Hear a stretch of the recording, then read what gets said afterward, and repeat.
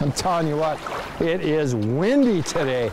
You work all week long, Saturday and Sunday come around, you want to go fishing, right? But sometimes Mother Nature throws a hardball at you when you wake up on Saturday morning. That's kind of what happened to me here. I was counting on going out today.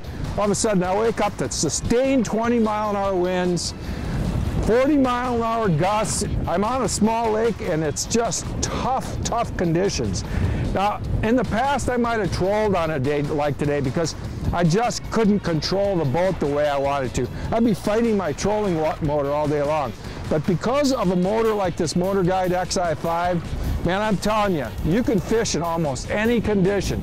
I'm hands-free, feet-free, and I can concentrate on jigging where I couldn't do that before. This motor will hold you in the toughest of conditions.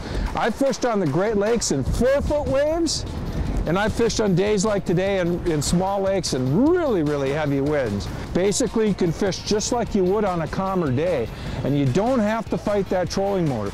So when you get the right equipment, don't let Mother Nature get you down.